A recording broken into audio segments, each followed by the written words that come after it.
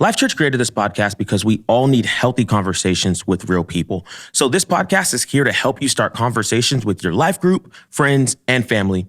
Now, on to the show.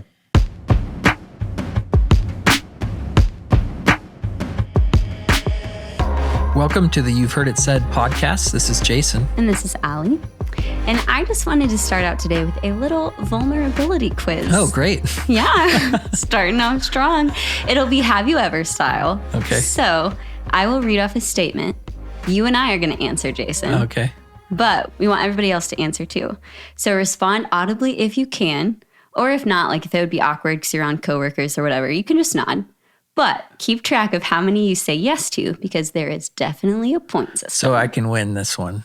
I mean, I don't know. I'd be careful about that. Okay. Okay, are you ready? Yeah. Okay. Have you ever put a filter on yourself on social media? What does that mean? Like posted a picture and filtered it? Yes. Yes. Have you ever posted something and immediately took it down? Yes. Yes. Have you ever wanted to post about something, decided it was stupid, and then didn't? Yes. Not because I thought it was stupid. All right. Like I thought I might get in trouble. Well, Does then that I would say no. Okay. Posted about something just to prove how unfiltered your life is. I can't stand that. I've done it. Posted about something you probably shouldn't have posted on the internet. Yes. Yes. Posted about something before you told a close family member or friend and then got a very frank text message about it afterward. Yeah, probably. Yes. Said, to be honest, and then didn't say the full truth after. Sure. Yeah. Yes. Told someone that you were fine when you weren't. Every day. Yes. And had a secret you felt like you couldn't tell anyone. Yeah. Yes. Okay, so I have 7. So I had all of them. So do you want to hear about the categories that I just made up? Yes. Okay. So if you answered 1 to 3 of them, yes, you're cellophane. Okay. Cellophane, you know, like the clear stuff that you wrap around leftovers? Yeah, like you clearly made this up. Yes, I clearly did. I came up with cellophane because you're more transparent than the rest of us, but there's still probably like just a little tiny barrier you may need to work on. Okay. Okay, so if you said 3 to 6 of them, you're foil. Like it's got a little bit more work than cellophane. Got it. Because it's not like super thick, but Not it's like really clear. shiny. Yeah. So you're only showing like the shiny parts of your life. Yeah, like filters. Yeah, like filters, okay. yeah. So then category 6 through 9, you are That's a curtain. All right. Explain that one. Right. Okay, I get it. These are kind of weird. I'm making this up. Give me grace here, people. Basically, if you answered most of the questions with a yes, you probably have a little bit more work to do to be vulnerable with people in your life. You're kind of like a curtain. Like you're hiding most of the parts of yourself that you don't want other people to see. Keep stuff out. Right. And you Keep just stuff might need to in. work on letting people in. Okay. This reminds me of when you found out that kid president wasn't actually just being himself. I am like he was still reading crushed lines. about that. I didn't know. Or like when I found out that Some Good News with John Krasinski has like an entire team of people working on it. Right. It doesn't make me love it less, but I'm still sad about it because I think that we have all of these things that we think are unfiltered now, but they're still very much filtered. And this isn't a new problem. The Apostle Paul wrote about it, Romans 12:9. He said, "Let the inner movement of your heart always be to love one another and never play the role of an actor wearing a mask. Despise evil and embrace everything that is good and virtuous." And so I think we need to figure out vulnerability. Scripture is asking us to do it. It's not just some fluffy idea. And so as we talked about this, we were actually sitting in a room planning this podcast. Mm-hmm. And I said, when guys, especially guys like me, hear that word, they're going to want to just pause the episode, listen to a different one. And so we were trying to figure out what to do. And we decided to talk to our producer and his dad, because Luke's dad is a college football coach. And they've just got this story that you're going to love.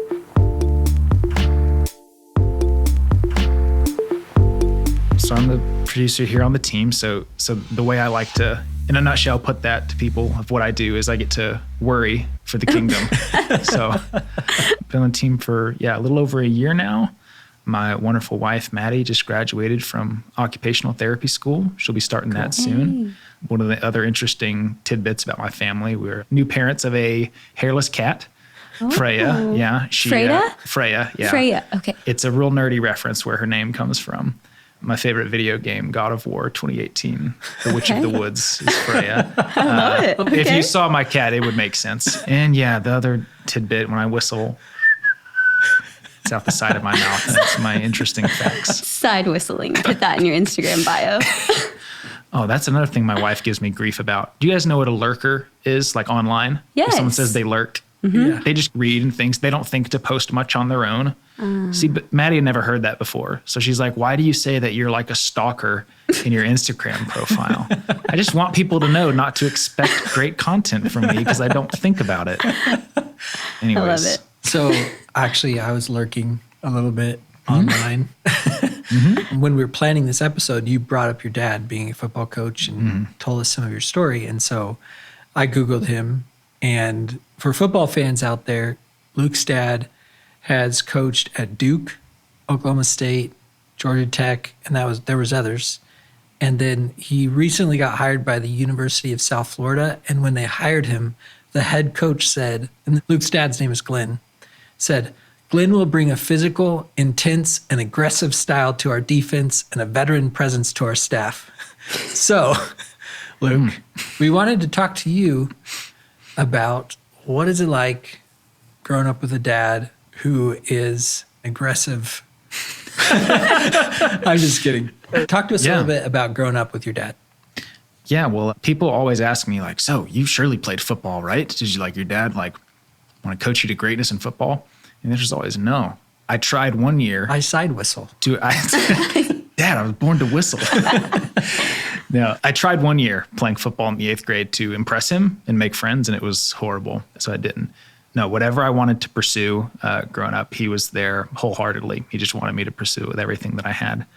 I like to say he's been a father to many more young men besides just my brother and me. A lot of times to guys that may have never had one before.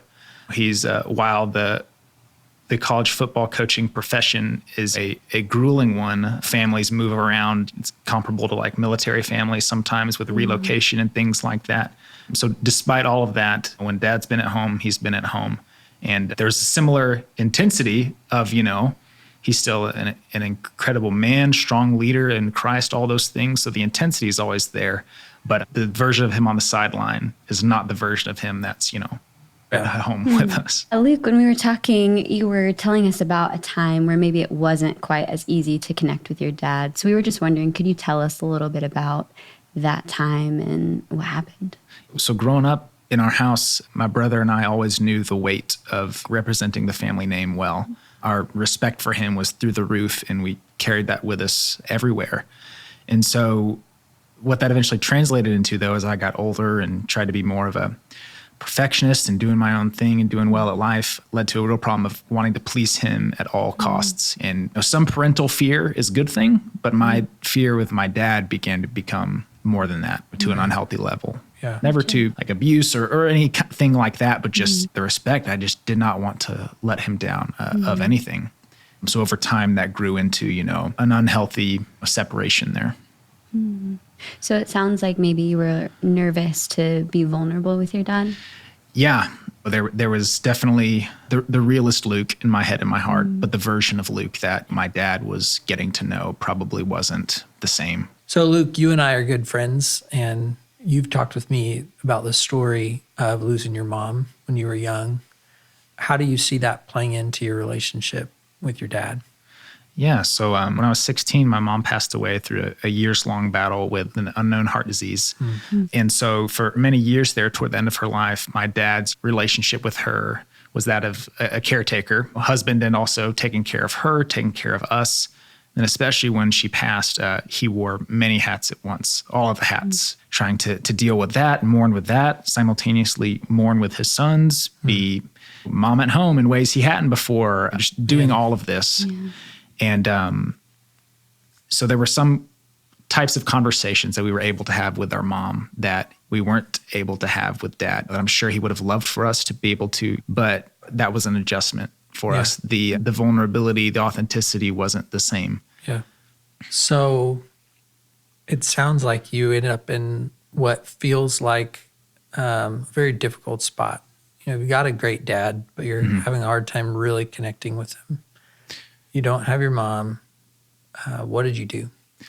Yeah. So at the same time, I was aware, goodness, he just lost his wife too. So I really don't want to bug him. I want him to be able to process mentally as well. So around that time, I went full people-pleasing mode. So I said a lot of just whatever it took to get by. Never straight up lying per se, but just I want him to be pleased with how we're doing with this, how life is going now, moving on from now. So yeah, looking back was unhealthy what I was doing. So it seems like you are shouldering a lot of responsibility, that perfectionist tendency you talked about earlier, trying to have all the right answers so that you don't have to get into conflict or expose the real answers. So that's a lot of pressure. So I'm wondering, did that affect any other areas of your life as well? Yeah. My overall enjoyment of life was pretty low. Looking back, when everything sort of felt like a balancing act, not wanting to drop the balls that was juggling. Just wanted to please dad, please my girlfriend. I just wanted to crush it. And really that was just crushing me on the inside, shouldering things that I probably shouldn't have, that my dad wasn't, really aware of until much later. That's a lot of responsibility for sure. So when was the moment that you realized you had to do something about it because it was crushing you? And what did you do? Yeah, so years down the road, maybe 7 or 8 years down the road of a snowball building inside. Okay, or let's say an avalanche of just suppressed feelings about how the mourning process had gone, just every little thing in between. When there's this shaky foundation of relationship to begin with, any little thing piled onto that just contributes to a big thing. So there was a point about 7, 8 years later, something bad had happened to my brother and in the family. So there was some little tension that needed to be discussed where I just couldn't take it anymore. And I decided I'm willing to do whatever it takes just to take a shot at having a more authentic, genuine relationship with my dad and with this family.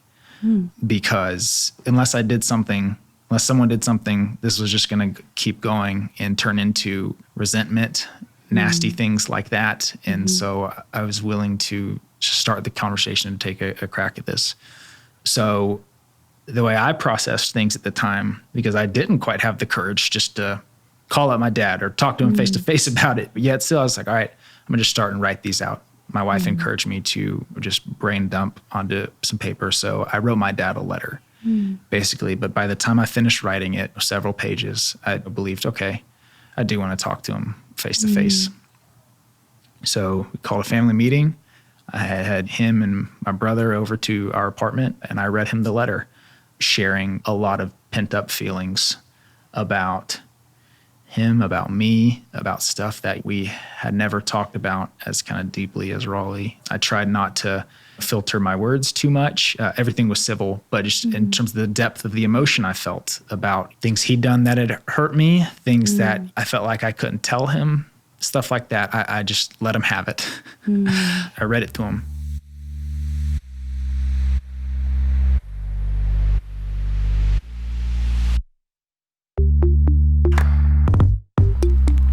When we're always filtered, when we're always showing our best side, we may impress people some, but they might be impressed, but we're not connecting. The difference is this, don't miss this. We connect with people through our weaknesses. We may impress them with our strengths, but we connect through our weaknesses.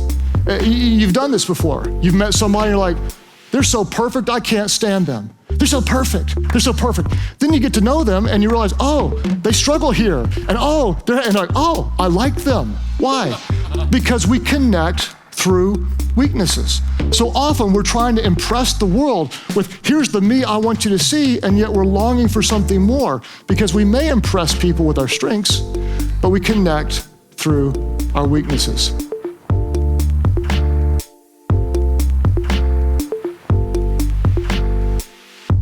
So to tell the rest of the story, we actually have Luke's dad here. Glenn, thanks for coming on. Yes, great to be here, Jason. So just to get to know you a little bit real quick, what's a moment that you're most proud of in your career as a football coach? Okay. There's quite a few. As a coach, you try to influence a young man for the better. I'm always talking about them becoming better husbands and better fathers. Mm-hmm. So as a coach, whenever you get that phone call, when that young man's left a program, maybe you haven't heard from him in a while, and they reflect on something that you told them in the past, or they say, hey, Yeah. Coach, this happened in my family and made me think of you, or what you taught me helped me out in this situation. Those are the most proud moments. That's pretty cool. So just the realization that you made it a little bit further into someone's life. Of course, yep. It's definitely a calling. That's awesome. So Luke shared with us earlier about writing you this letter. And so we were wondering if we could pick back up at that moment. Could you tell us a little bit about how you processed it and maybe what you were thinking and feeling?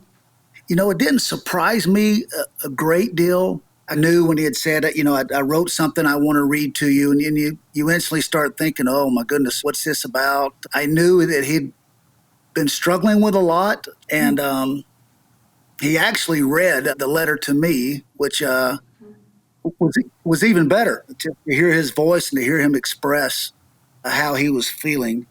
But yeah, it's one of those times when it's just time for you to be quiet and time for you to listen. And I gave him that time, and it was really remarkable.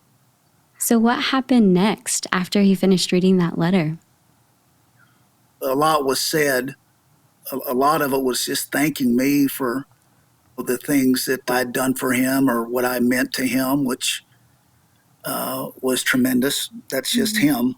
And then definitely the thing that hit me the most when he was talking about how fearful he was and how much I intimidated him growing up, and how he never felt comfortable in sharing that with me. And as a result, as a dad, you look back and you're like, oh my gosh, where did I fail? And you don't want that. There's a fine line between raising a child and loving him, and especially a first child when you're just trying to figure it out. Are you allowing the relationship to grow and become all it can be at the same time being a disciplinarian? So it's just kind of that realization that I wish I could have some time back to fix some of those things. Yeah. So Luke, what changes did you begin to see play out in your relationship after making this very vulnerable choice to read this letter to your dad?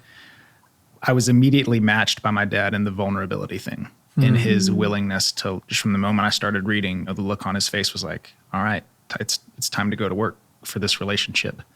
And so immediately after, with his willingness for us to go to counseling together, to have whatever conversations on the phone, anytime needed, to voice whatever, he was immediately willing to pick up his cross and do what it took for our relationship.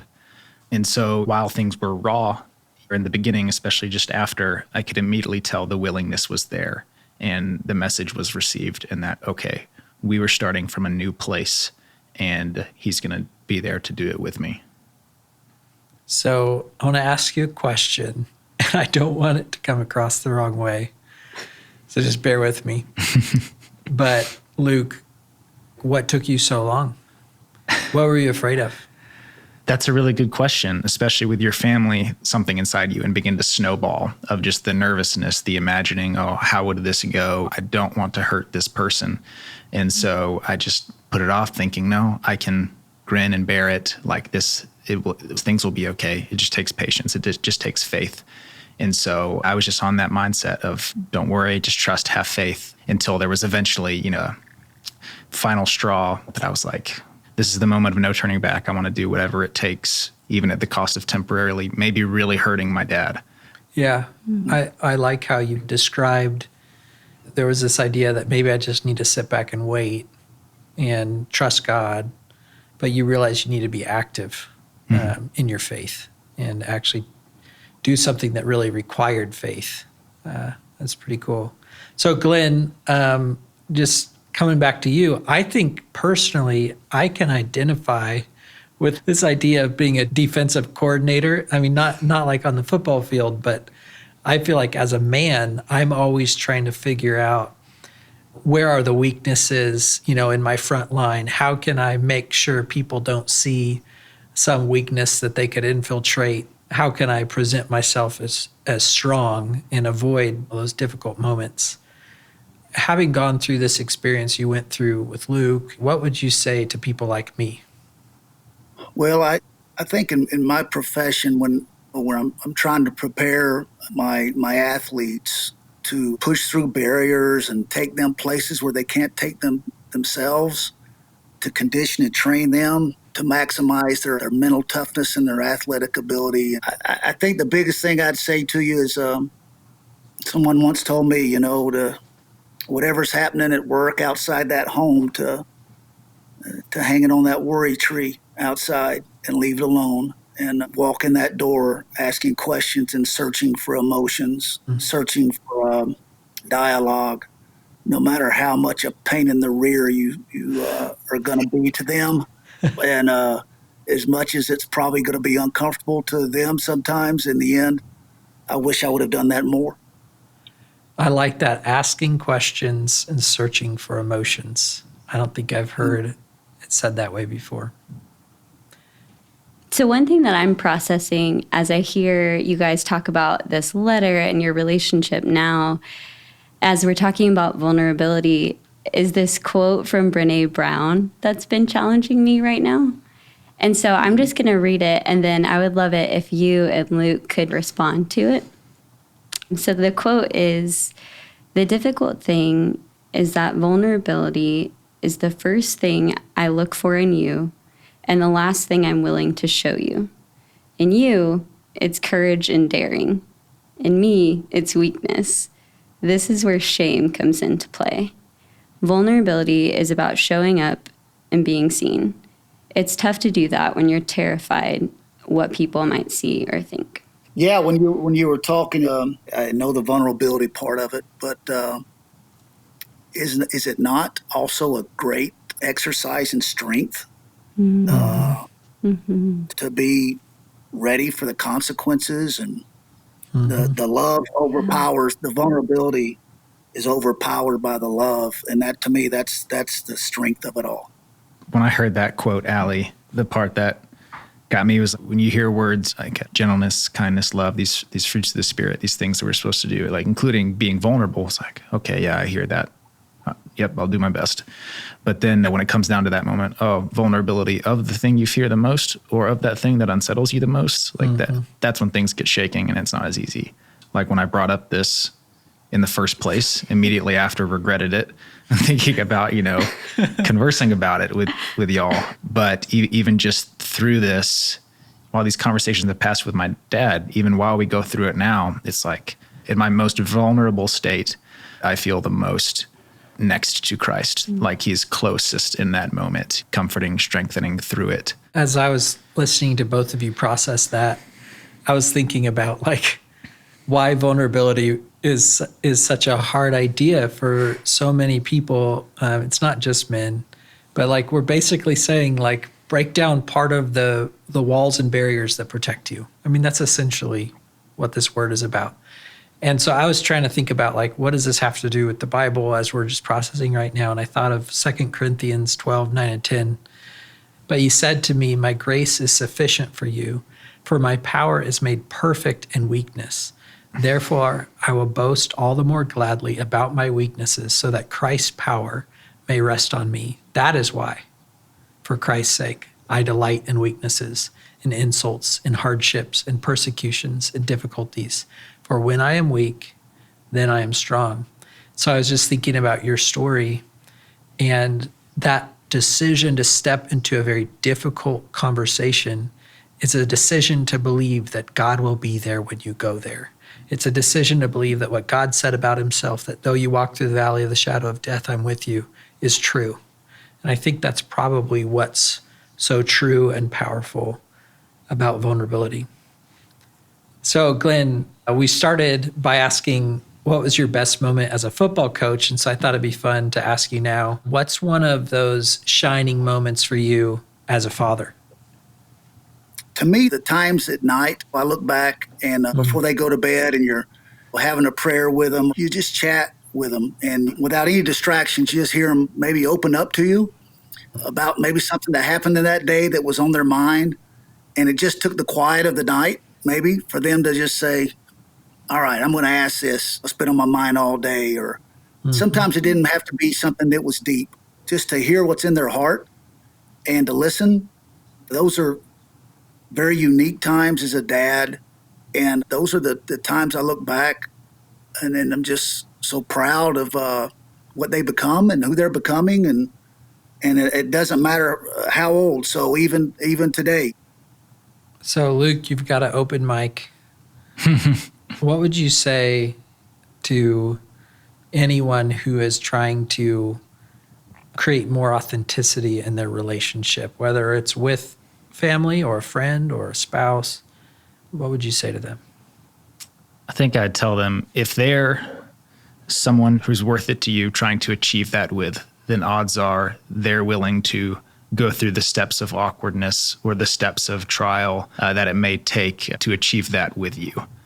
And I know it's easier to look back on and talk about now, in this story with my dad, but my gosh, it was worth it. I wish I had done it sooner. But I think that the timing, God's using that. Yeah. So what does it look like now? What's your relationship? Let us in a little bit on why it's so good. Yeah. So now I'm happy to report I feel more comfortable than ever before to pick up the phone and tell him just like what is stressing me out so much, what is on my mind, maybe something that maybe not easy to talk about with him is easier now because we've been through the valley together. I know that he's willing to hear what I have to say. He knows where I'm coming from. And so now there's just this feeling of trust, this, we keep using the word, but authenticity with him that it's like, man, is worth it. And I strive to do the same as a father myself one day. Love it. Glenn, Luke, is there anything that we didn't cover that you would like to share? I thought of one thing, the decision to be vulnerable and authentic is, a daily one. It would be very easy to, fall back into old habits, maybe not share something with them that either rubbed me the wrong way or I was nervous about. So it is a daily decision and daily trusting, of Jesus that it is worth keeping up. It is worth fighting for. I guess for any dads that are listening, just remember, have an open ear and an open mind to always realize that as the sons and daughters, sometimes they're not going to offer that to you unless you pull it out of them. Y'all got me all mushy again on the inside. Yeah, thanks, Dad, for making those little decisions with me every day. It goes back to answer prayer for me, that you're being used in a mighty way. And I'm very thankful for that.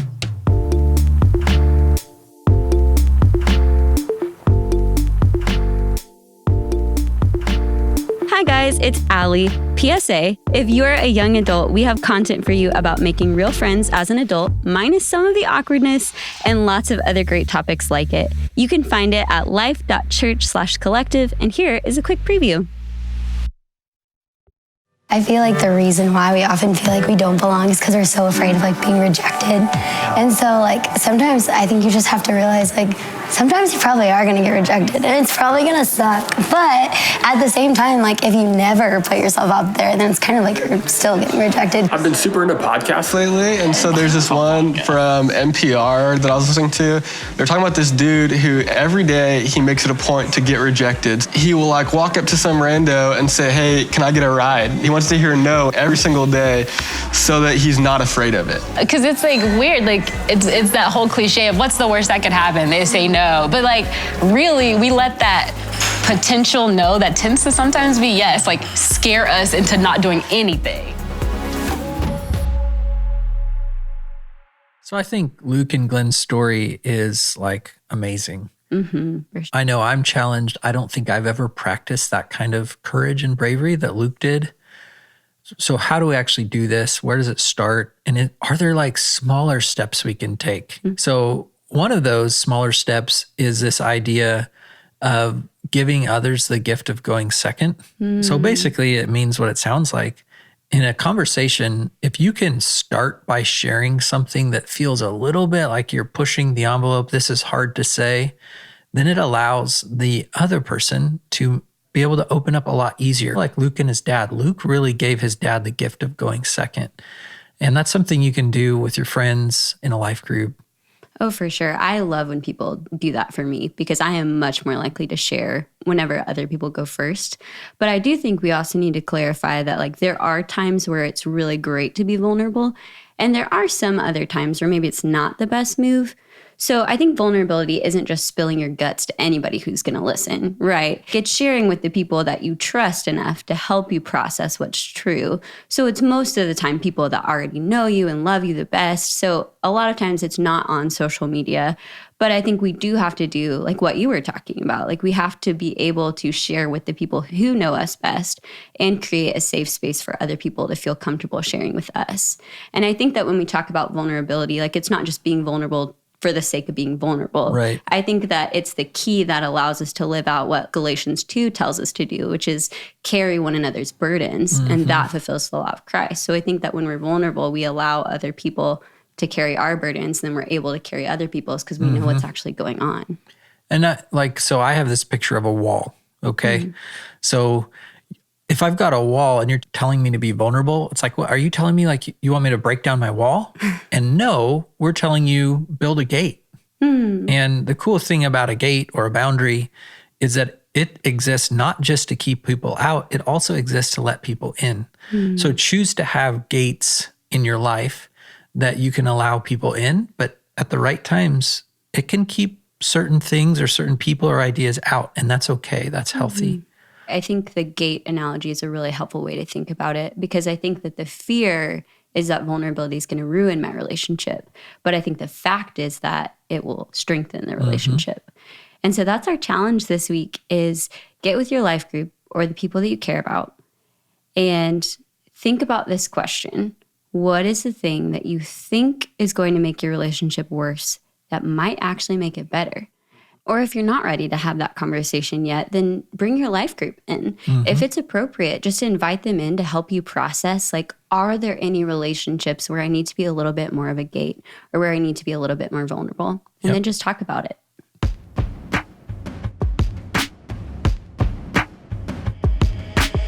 We hope you've enjoyed listening to today's episode of You've Heard It Said. Remember the rule we've got on the podcast. We don't want you to keep listening unless you're talking with others about what you're hearing and doing some of the things you've heard said. So, to help you have a conversation with the people you care about, we've got you covered with questions, resources, and more in the conversation guide. It'll be in the show notes wherever you're listening. Also, if you liked today's episode, please leave a rating and review. We know. Everybody asks for one, but it really does help more people find these conversations. Thanks again for listening, and we hope you have a great week.